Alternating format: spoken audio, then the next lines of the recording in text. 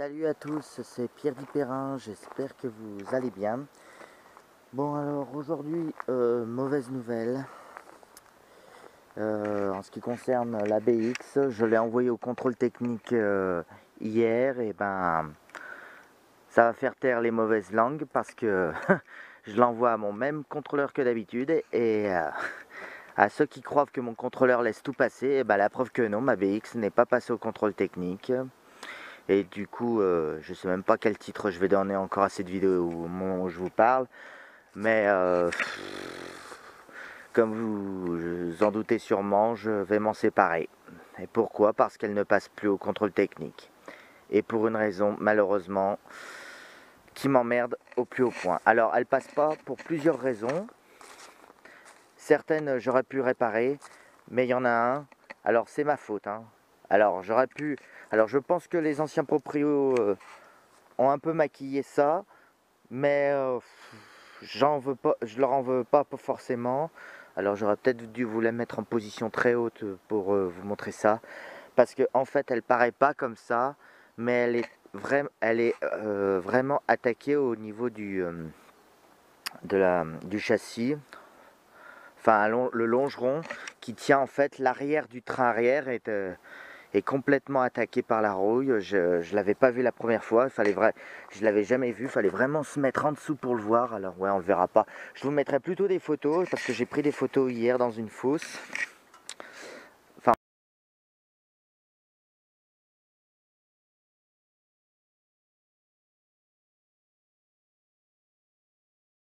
on m'a prêté une fosse pour l'examiner d'un peu plus près hier et des deux côtés, oui, à l'arrière du train arrière, il y a deux trous, il y a des petits trous derrière le longeron. Donc, alors le problème, c'est que voilà, c'est après renseignement et je m'en doutais un peu. Et avec le prix des réparations, je pourrais m'acheter deux autres BX. Donc, est-ce que ça vaut le coup? Pas vraiment. Donc c'est pour ça que j'ai pas hésité. Et du coup, je vais m'en séparer. Alors j'ai peut-être encore 2 mois pour en profiter parce que je suis pas en contre-visite critique, je suis en contre-visite majeure. Donc je peux en profiter encore pendant 2 mois, surtout que le moteur et la suspension marchent encore très bien. Alors même si j'ai eu 2-3 soucis avec ces derniers temps,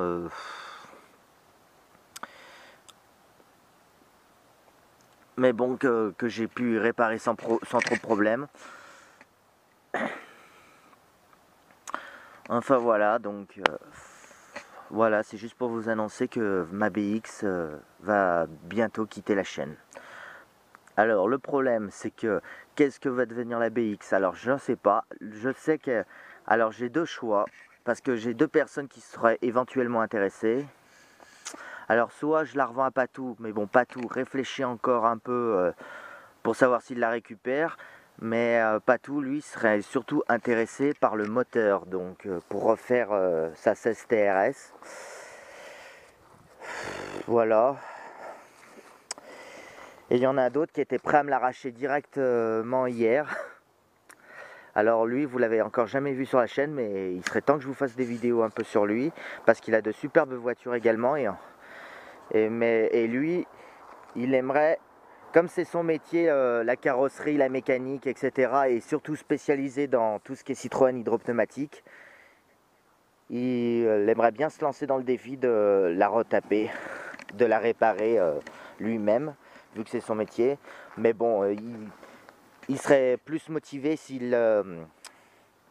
voilà, si le véhicule, ça serait pour son profit et que ce serait pas pour un collègue. Ce que je peux comprendre vraiment, hein. Après, je lui demanderai pas la lune non plus, hein. Surtout que le problème, c'est que si j'aurais choisi cette option, vous connaissez mon impatience légendaire, ça aurait pris beaucoup trop de temps, enfin bref. Donc j'hésite entre ces deux propositions, donc je sais que...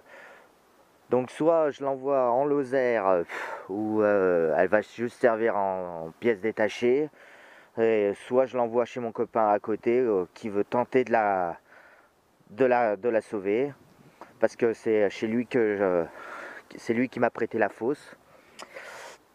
pour qu'on la regarde d'un peu plus près. Alors lui se sent de la retaper, ça prendra le temps qu'il faudra, mais comme elle sera à lui, il en fera ce qu'il voudra. Voilà. Surtout que ce qui m'emmerde, c'est que niveau carrosserie, à part le côté arrière droit et le pare-choc évidemment, elle est nickel. Bon, il y a juste la portière qui est un peu rayée. L'intérieur est franchement, à part les sièges avant et ce bout de plastique, et allez, juste ça qui tient par du bricolage, le reste de l'intérieur est superbe. Les sièges arrière sont superbes, la plage arrière est nickel, les panneaux de porte également, j'ai même les rideaux qui fonctionnent. Enfin bref. Donc du coup,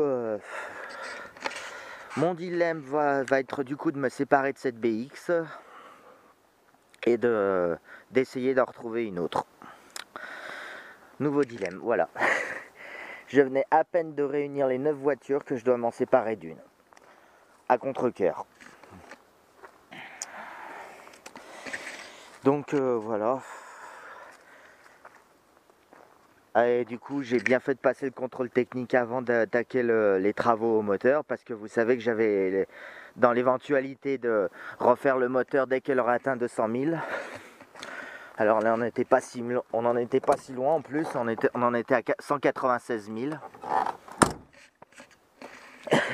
Après, il y a Marcel qui me dit profite-en pendant ces 2 mois pour la faire monter au moins à 200 000 avant de t'en séparer. Mais, bon, je sais pas si ça vaut vraiment le coup. Mais... Et puis, si c'est pour que la structure s'abîme de plus en plus et laisser plus de boulot à celui qui voudrait la sauver, enfin, je sais pas.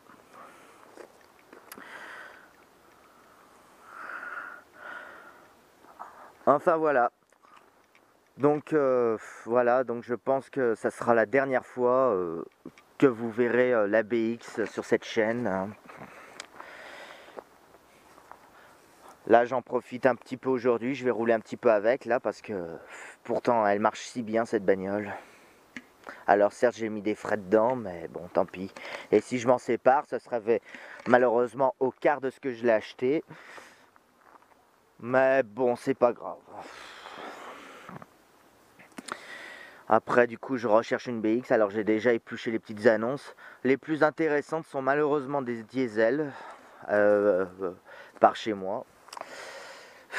Mais bon, le problème, c'est que des diesels, j'ai toute la collée. J'ai tous les moteurs de la BX diesel sur d'autres véhicules. Donc, est-ce que ça vaut le coup d'en avoir une diesel de plus? Ou est-ce que je suis chiant et j'attends vraiment qu'une BX 16 ou 15 se présente sur le bon coin? Je sais pas. Après, c'est vrai que c'est un moteur que j'ai un peu bidouillé, surtout le carburateur. Alors, je vais aussi récupérer quelques pièces que j'ai investi dedans. Hein. Et surtout que j'avais fait une modif que je vous avais pas encore parlé. Je lui avais augmenté sa capacité de réservoir parce que l'autonomie n'était pas terrible. Donc j'avais rajouté un réservoir supplémentaire de BX diesel juste pour augmenter son autonomie parce qu'avec un plein complet j'arrivais guère à faire 500 km alors que quand je fais le plein, quand la jauge me dit réserve, en fait il manquait que 40 litres quoi. Donc en fait je me demande si à un moment le réservoir n'a pas été changé et qu'ils n'auraient pas mis un réservoir de BX14 qui est le plus petit réservoir de la BX et ouais, qui doit faire 44 litres au lieu de 52. C'est ce que je me suis demandé, c'est pour ça que j'ai rajouté une extension, c'est juste pour augmenter un peu son autonomie, mais bon, j'avais fait ça. Qu'est-ce que j'avais fait d'autre? Bah du coup, je vais aussi récupérer les manotempératures que je me suis amusé. Les manotempératures de 205 GTI que je me suis amusé à installer dans le compteur de la BX. Je remettrai du coup les voyants de préalerte et d'alerte qu'il y avait d'origine. Après, j'aimerais bien aussi, si je retrouve une 16 TRS, récupérer le carburateur qui m'a coûté assez cher et qui marche très bien sur la 16 TRS à starter manuel. Voilà. J'avais investi dans des sphères neuves, mais bon, si je la vends, laisse à celui qui veut la retaper, ça sera pas de plus mal. Euh, je lui avais aussi rajouté une pompe pour qu'elle se réamorce après un long arrêt, sans trop faire forcer la batterie ni le démarreur. J'avais aussi changé le démarreur, mais bon, il était HS l'ancien, donc il y avait de quoi. Bon, et il y a quelques fuites hydrauliques en fait qui se sont manifestées. J'ai la cafetière arrière droite. En fait, la cafetière, c'est le système de suspension du train arrière. On appelle la cafetière parce que sûrement que ça ressemble à une cafetière qui est défaillante.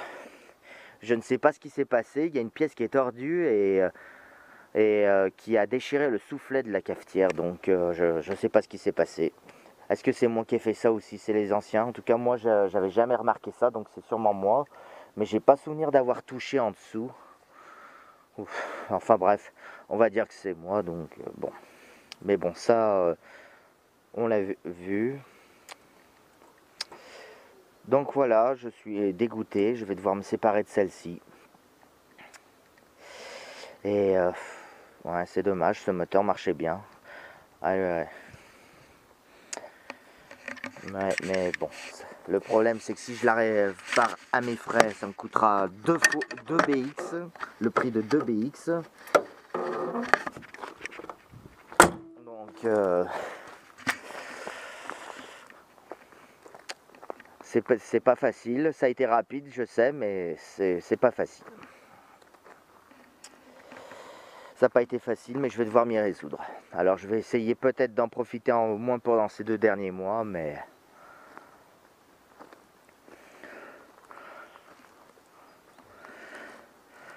Mais voilà, du coup, la décision est irrévocable.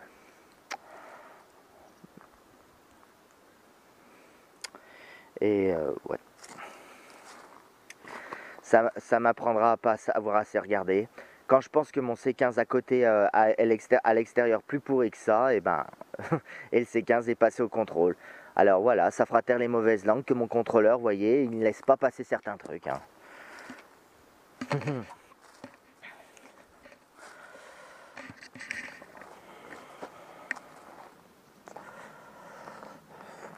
Bon, et je crois que je vais décider d'arrêter de cacher mes plaques d'immatriculation parce que, au moins sur YouTube, parce que ça me freine vraiment sur le fait de faire des vidéos. Donc, je crois que je vais arrêter au moins sur YouTube parce que je trouve pas de logiciel qui arrive à cacher les plaques correctement et tous mes systèmes pour planquer les plaques.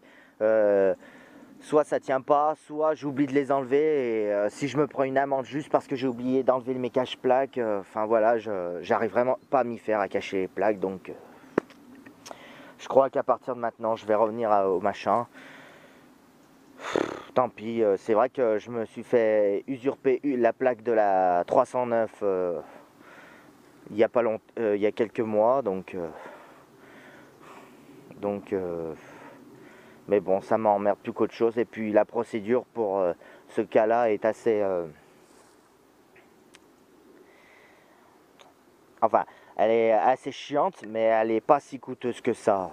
Alors peut-être que je vous en parlerai un jour de la procédure, même si sur YouTube, il y en a plein qui expliquent déjà comment faire dans ces cas-là. Ouais, parce que, pour vous raconter l'histoire, ma 309 aurait été en stationnement gênant à Paris, alors que je n'ai jamais mis les pieds à Paris en voiture. J'y suis allé, la seule fois où j'y suis allé, enfin c'était... Bon, c'est mon frère qui m'avait amené, mais j'y suis jamais allé à Paris avec ma 309, donc ma 309 serait un jour en stationnement gênant à Paris. Donc voilà, donc... Surtout que si ça serait vraiment une 309, je pense qu'elle n'aurait pas eu qu'une amende pour stationnement gênant. Vu que Paris, c'est en pleine ZFE.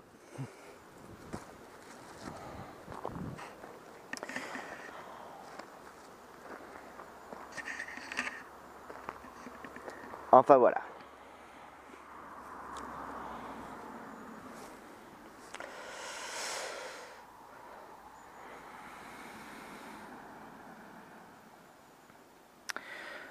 Enfin voilà, donc c'est la fin de la BX. qui marche pourtant si bien, mais qui m'a caché. Mais bon, je ne peux m'en prendre qu'à moi-même, hein. Je m'en prendrai pas aux anciens propriétaires. C'était un couple de retraités super gentils. Je vais pas je vais pas leur créer des ennuis juste pour ça, moi, mais je pense quand même que le dernier. Après, je savais que cette BX a passé le contrôle technique 3 fois et qu'elle l'a raté 2 fois de suite et le troisième a fini par passer la dernière fois, mais. Alors, je pensais qu'ils avaient mis des frais pour réparer, mais apparemment non. Je pense qu'ils ont soit maquillé, soit ils ont magouillé avec leur contrôleur, je sais pas, pour pouvoir la revendre, mais. Mais bon, je veux pas le savoir et j'ai pas envie de m'embarquer dans des procès ou quoi que ce soit, hein. Je l'ai pas payé si cher que ça, cette voiture. Alors, je m'en sépare à regret, mais bon, c'est la meilleure décision que je prends. Après, je sais pas encore à qui elle va partir. Je laisse encore à Patou réfléchir, mais j'aurais préféré la deuxième option, moi, au collègue qui s'y connaît mieux, et qui aimerait la sauver. Alors même s'il n'y arrive pas, tant pis, mais lui, il a plus de liens et pourra mieux, je pense, savoir quoi faire avec que juste pour récupérer un moteur, ça m'intéresse moins. Enfin bon. Désolé Patou si tu regardes cette vidéo, mais je me demande si je préfère, mais je me demande si la deuxième proposition, on en discutera, je pense un de ces quatre. Mais bon, après tu restes prioritaire, hein, si tu la veux vraiment, hein. Donc voilà.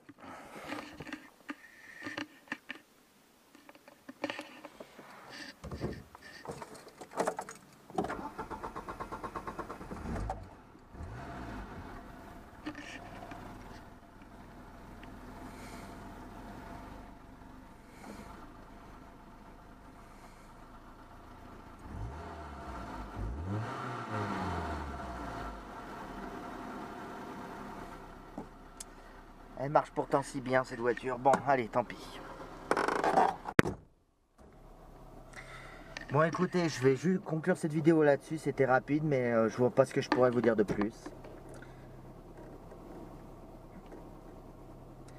Bon, écoutez, si cette vidéo vous a plu, hein, gros pouce bleu, même si c'est pas mérité.